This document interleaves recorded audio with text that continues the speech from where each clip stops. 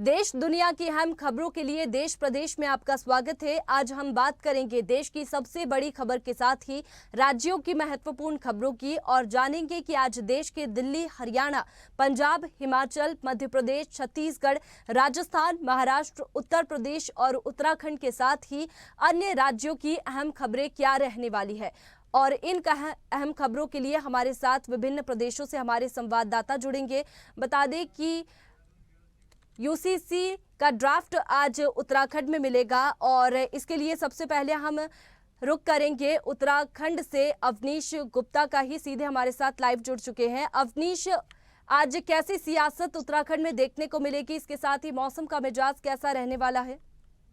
जी बिल्कुल, देखिए वैष्णवी, आज जो है यहाँ पे जिस तरीके से बात करी जाए मुख्यमंत्री पुष्कर सिंह धामी की, उन्होंने यहाँ पे शपथ ग्रहण के टाइम ही जो है ये यहाँ पे पूरा जो है दिशा निर्देश दे दिए थे कि यूसीसी जो है वो राज्य में लागू की जाएगी। और उन्होंने जो कहा वो करने के लिए आज कगार पर तैयार है। यहाँ पर जो है पूरी तैयारी है, जो टीम की थी वो पूरी तरीके से ड्राफ्ट तैयार कर लिया गया है। आज लगभग 11 बजे के करीब मुख्यमंत्री को जो है उनके आवास पे ये ड्राफ्ट उनको सौंप दिया जाएगा, जिसको लेके कल जो है यहाँ पे कैबिनेट की जो बैठक है उसमें प्रस्ताव पास करने की यहाँ पे तैयारियां पूरी तरीके से की जाएंगी। और जो 5 फरवरी से विधानसभा सत्र चलने वाला है उसमें कैबिनेट में जो है सर्वसम्मति से इसको पास करके और समान नागरिकता जो कानून है वो लागू कर दिया जाएगा। इसको लेके हालांकि अब जो है सियासत गरमा गई है। उनका जो विपक्षी दल है वो लगातार यहाँ पे आरोप लगा रहे हैं कि सरकार जो है ये केंद्र को लागू करना चाहिए था, राज्य सरकार चुनावी माहौल को तैयार करने की तैयारी में है। जी अवनीश जी, विशेष सत्र बुलाया गया है, इसके साथ ही यूसीसी का ड्राफ्ट भी मिलने वाला है। विपक्ष की ओर से क्या प्रतिक्रिया सामने आ रही है? क्या इसका विरोध उत्तराखंड में देखने को मिल रहा है? जी बिल्कुल, देखिए वैष्णवी, यहाँ पे लगातार जब से ये यहाँ पे लागू करने की बात की गई थी, विपक्ष लगातार हमलावर होता रहा है। उनका कहना था कि ये जो केंद्र सरकार को इस पे लागू करना चाहिए था, जो राज्य सरकार है, क्योंकि समान नागरिकता की बात करें तो वो पूरे देश में लागू होना चाहिए। उनका कहना है कि ये जो राज्य सरकार है ये केवल जो है यहाँ पे जनता के ऊपर लाद रही है, क्योंकि हर एक जनता का जो है अपना आस्था का विश्वास होता है, अपने अपने उनके नियम कायदे होते हैं, अपनी धर्म उनका अपना अलग होता है। ये जो नागरिकता की बात की जा रही है ये केंद्र में लागू होना चाहिए था और राज्य सरकार केवल इसको जो है अपनी पीठ थपथपाने के लिए और केवल चुनावी मुद्दा तैयार करने के लिए इसको लागू करने जा रही है। जी वैष्णवी, बिल्कुल, यूसीसी का ड्राफ्ट आज मिल जाएगा, इसके बाद में कैबिनेट बैठक भी होगी। बने रहिए आप हमारे साथ में। अनिरुद्ध भोपाल से हमारे साथ में सीधा लाइव जुड़ चुके हैं। अनिरुद्ध, कैसी सियासत मध्य प्रदेश में देखने को मिलेगी, इसके साथ ही मौसम का मिजाज कैसा रहने वाला है?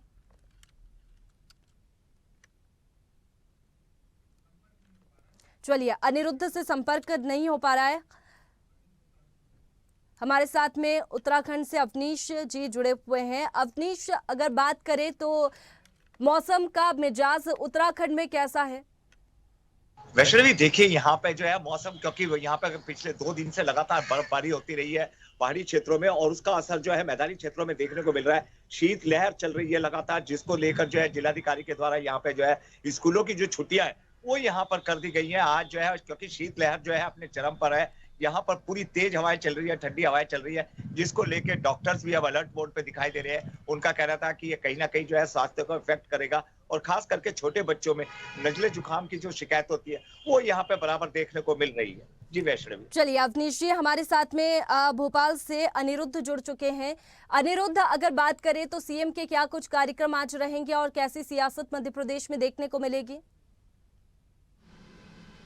देखिए, मध्य प्रदेश के मुख्यमंत्री डॉक्टर मोहन यादव आज अपने इंदौर दौरे पर रहेंगे और इंदौर में वे कई महत्वपूर्ण कार्यक्रमों में शामिल होंगे, जिनमें वर्ल्ड वेटलैंड डे जो इंदौर के सिरपुर तालाब में मनाया जा रहा है। और सिरपुर तालाब में इस कार्यक्रम में जो पर्यावरण मंत्री हैं अश्विनी चौबे वो भी मौजूद रहेंगे और वर्ल्ड वेटलैंड डे पे ये कार्यक्रम आयोजित किया जा रहा है। सिरपुर तालाब जो देश की 54 रामसर साइट है उसमें रामसर साइट में शामिल है और यहाँ पे देखा जाए तो सिरपुर तालाब एक तरह से पक्षी अभ्यारण्य है। पक्षी अभ्यारण्य इसलिए है कि यहाँ पे जो पक्षी आते हैं वह काफ़ी दुर्लभ पक्षी रहते हैं, जो कि अक्सर दूसरे प्रदेश के शहरों में नहीं आते। तो इस रामसर साइट पे आज मुख्यमंत्री का एक कार्यक्रम है और वर्ल्ड वेटलैंड डे पे यह कार्यक्रम का आयोजन किया जा रहा है। इसके बाद वे इंदौर नगर निगम में जाएंगे। देखा जाए तो इंदौर नगर निगम में 20 सालों से ज़्यादा महापौर जो है वो भारतीय जनता पार्टी के, परिषद भारतीय जनता पार्टी की। तो आज वहाँ पे अटल सदन का लोकार्पण होगा जो जिसमें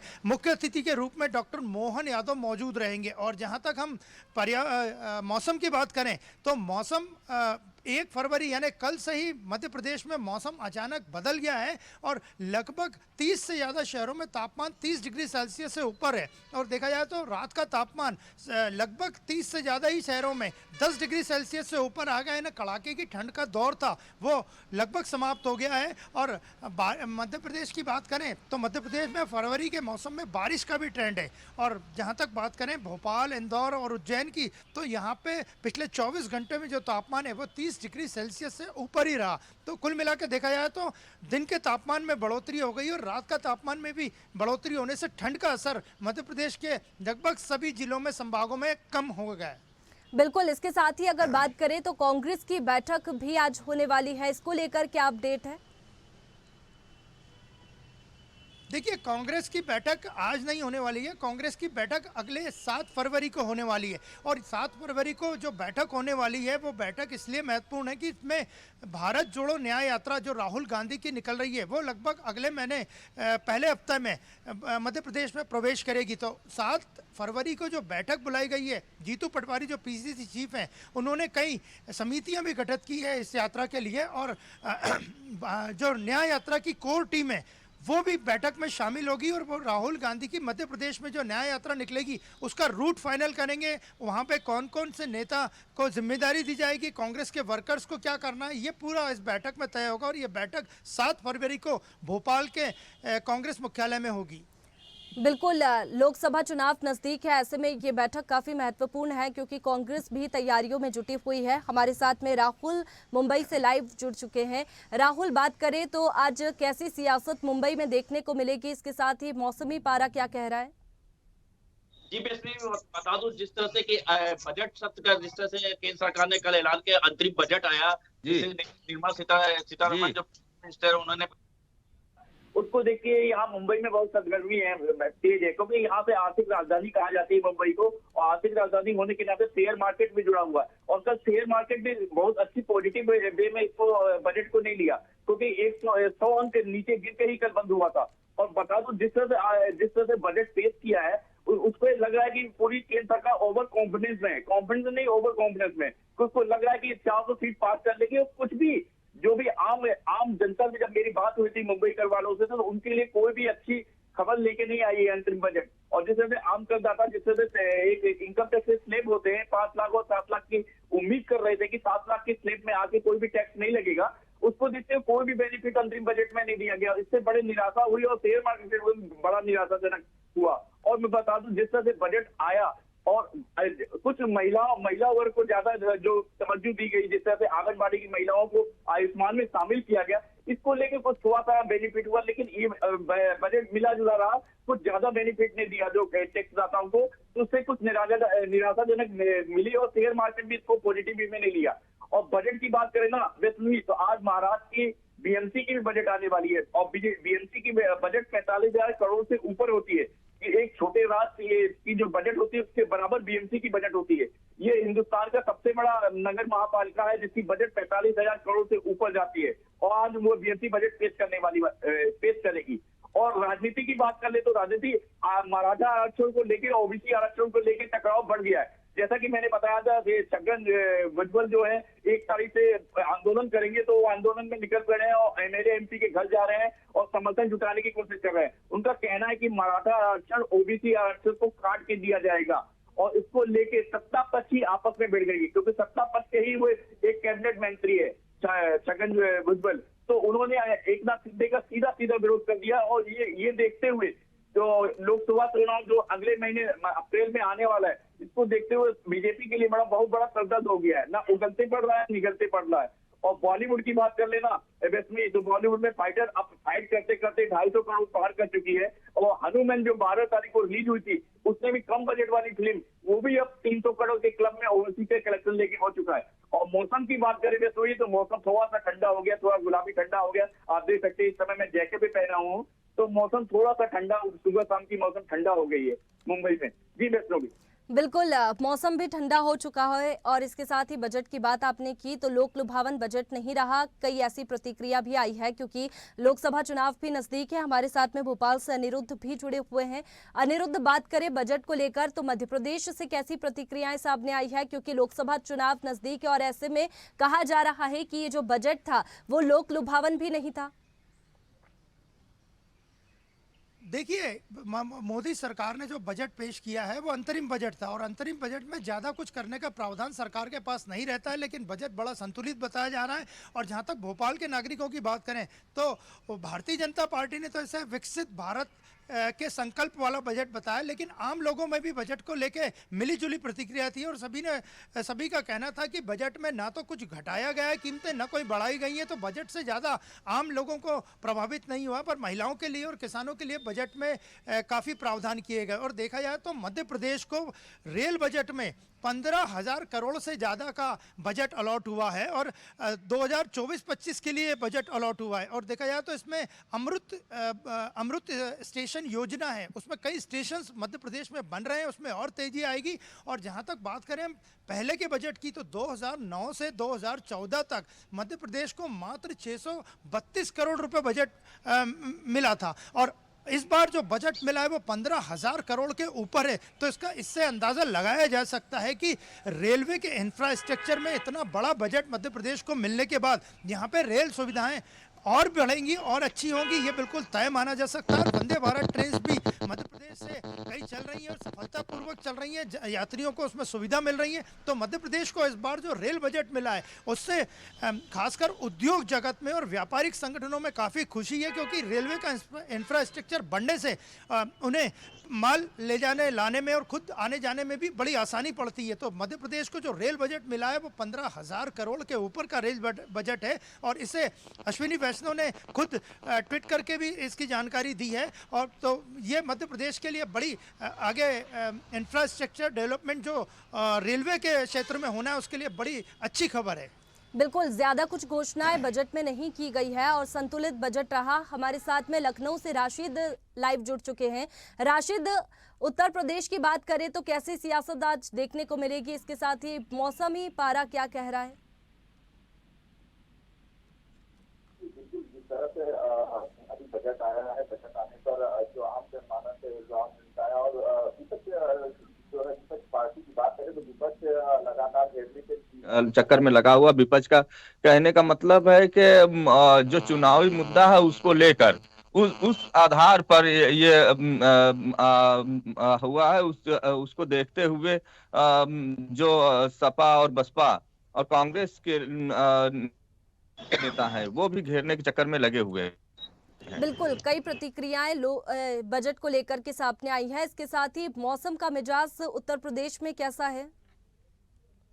बिल्कुल, मैं बता दूं कि उत्तर प्रदेश में कल बूंदी हुआ है, थोड़ी सी बारिश हुई है, जगह जगह पर हल्की बारिश हुई है और बारिश को देखते हुए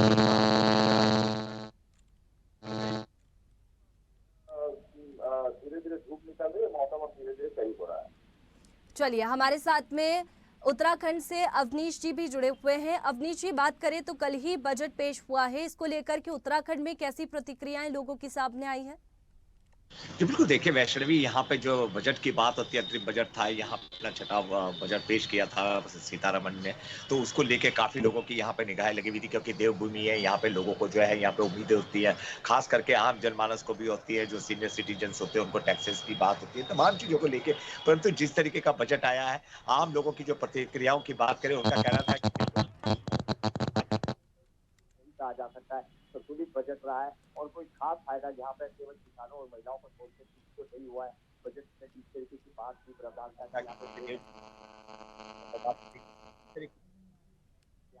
इसको लेके यहाँ पे विपक्ष जो है कटाक्ष करने की कोशिश नहीं कर रहा है। उनका कहना था कि ये बजट केवल जो है लोक लुभावन की बात की जा रही थी, सरकार जो है फ्रीज कम करवाने की बात की जा रही थी, आम जनमानस की जो यहाँ पे महंगाई की बात करें और लोगों की बात करें, गैस की बात करें, वो तमाम चीजें इसमें कहीं नहीं दिखाई दी है। तो ये जनता जो है उसको आगे आने वाले चुनाव में समझ सकता है। बिल्कुल संतुलित बजट रहा है और इसके साथ ही कई जगह पर बजट की तारीफ की जा रही है, तो कहीं पर सियासत भी देखने को मिल रही है। हमारे साथ में मुंबई से राहुल भी जुड़े हुए हैं। राहुल, बात करें मराठा आरक्षण की तो वो तो खत्म हो चुका है, लेकिन ओबीसी को एक बड़ा झटका लगा है जिसकी वजह से ओबीसी ना कूदे बीजेपी। जी वैष्णवी भी बता दूं, जिस जिस एकनाथ शिंदे को बनाया गया था मुख्यमंत्री, जिस उद्देश्य से, उस उद्देश्य को तो पूरा हो गया कि मराठा आरक्षण को क्या नाम है अध्यादेश लाएंगे और लागू कर देंगे, लेकिन दूसरी एक उनके गले की हड्डी बन गई जो ओबीसी आरक्षण है। ओबीसी आरक्षण और मराठा आरक्षण में जो पेच फंस गया है ना, वो बीजेपी निकल नहीं पा रही है ना उगल पा रही है। अब उनको देखना है किस तरह से ये हैंडल करेंगे।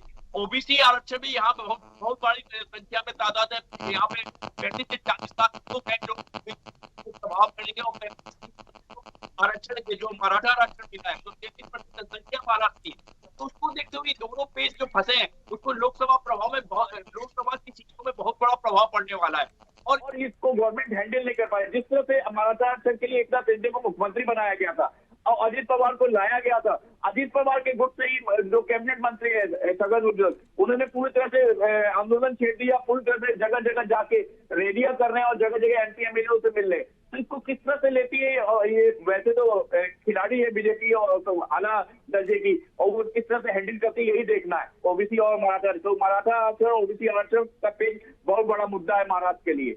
बिल्कुल, ये तो देखना होगा कि आरक्षण को लेकर मुंबई में सियासत क्या रुख लेती है। हमारे साथ में अनिरुद्ध भोपाल से लाइव जुड़े हुए हैं। अनिरुद्ध, अगर बात करें तो लोकसभा चुनाव नजदीक है, ऐसे में भारत जोड़ो न्याय यात्रा चल रही है, कांग्रेस की ओर से, बीजेपी की ओर से भी प्रभारियों की नियुक्ति की गई है और काफी कुछ तैयारियां की जा रही है लोकसभा चुनाव को लेकर। आगे क्या कुछ अपडेट है लोकसभा चुनाव को लेकर? देखिए, लोकसभा चुनाव को लेकर मध्य प्रदेश में कांग्रेस और भारतीय जनता पार्टी दोनों ने ही अपनी तैयारियां शुरू कर दी है और देखा जाए तो 7 फरवरी से मध्य प्रदेश में बजट सत्र शुरू होना है और बजट सत्र 7 फरवरी से लेकर 19 फरवरी तक चलेगा और इसमें मध्य प्रदेश सरकार अपना बजट पेश करेगी। और देखा जाए तो लोकसभा चुनाव की तैयारियों को लेकर भी 7 से 19 फरवरी तक काफी गहमा गहमी मध्य प्रदेश भोपाल में रहेगी। भोपाल में इसलिए रहेगी कि सारे विधायक, कांग्रेस पार्टी के 66 विधायक और भारतीय जनता पार्टी के 166 विधायक भोपाल में ही रहेंगे। तो इस सत्र के दौरान कुछ विशेष बैठकें हो सकती। बिल्कुल, लोकसभा चुनाव नजदीक है और ऐसे में दोनों पार्टियां तैयारियों में जुटी हुई है। बहुत शुक्रिया आपका तमाम जानकारी के लिए। ऐसे ही वीडियोस के लिए लाइक करें, शेयर करें, फॉलो करें, YouTube पर जाकर सब्सक्राइब कर बेल आइकन दबाना ना भूलें और ताजा अपडेट्स के लिए swedeshlive.com पर जरूर जाएं।